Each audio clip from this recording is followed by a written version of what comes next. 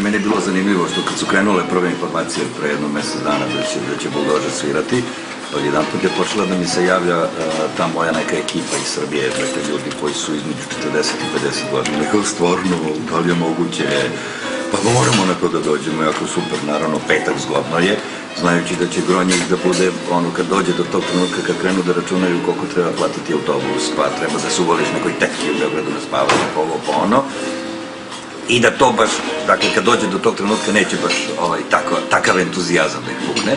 Međutim, sinoć se pojavio, dakle, dobar deo tih koji su obećali i ono što je, dakle, ključno što su svi neopisivo radovali tome.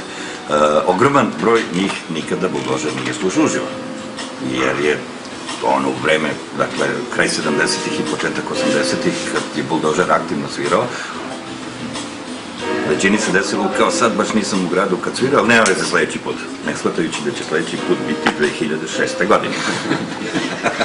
I ta atmosfera sinoć prvo je meni bila fenomenalna, dakle, band koji pripada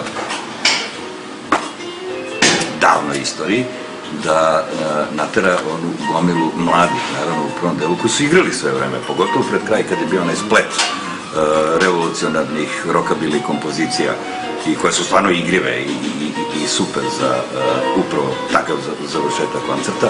Tako da, ono što naravno uvijek postoji kao dilema, kao kako će sad ti ljudi da sviraju posle tako duge pauze. Dobar deo ljudi i ne zna da ipak veći deo muzičara iz Buldožera aktivno svira i dalje i da je to verovatno ta vrsta organizovane mašine koja samo treba se još dodatno naulji i funkcioniše. Tako da ja sam stvarno sinoć uživao, pogotovo što sam imao malo strepnju, znaš, kad krenuo ove duže stvari sa ranih albuma koje su u principu za kućno slušanje, nisu preterano koncertna stvar, međutim, kompletna dinamika koncerta bila kako treba, što su u krajnjoj liniji potvrdili i Biseri.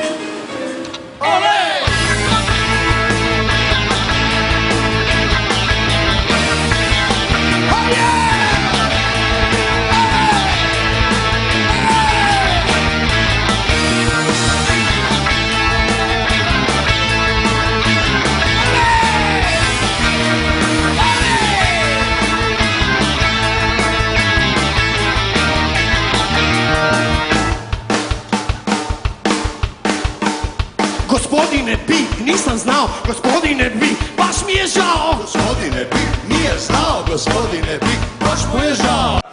Ne, znaš šta mi kaže, taj moj drugar Siniša, on je iz Sarajeva, sad živi u Beogradu, i kaže, prvo, ono, kad smo izlazili, slušam neke momke iza, kaže, sad je ekipa ukapirala šta znači dobra svirka, ima svi da se pokri ušima.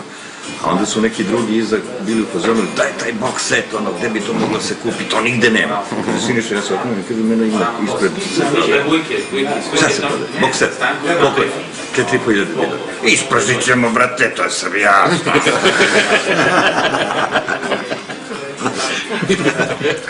Šta sam? 4.500 dinara. Prihvaćaš li glavnu ulogu u mom filmu? Večeras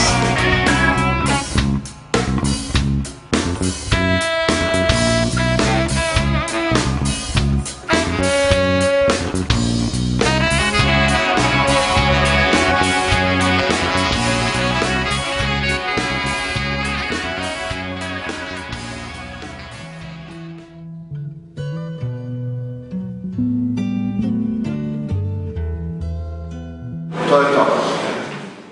hvala, laku noć.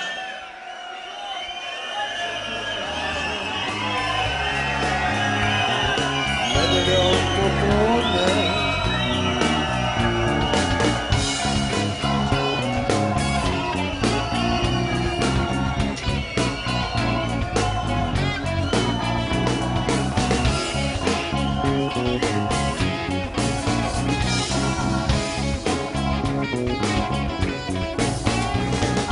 jeftini slatkiši, jeftini slatkiši. Večeras u glavnim ulogama zadnji put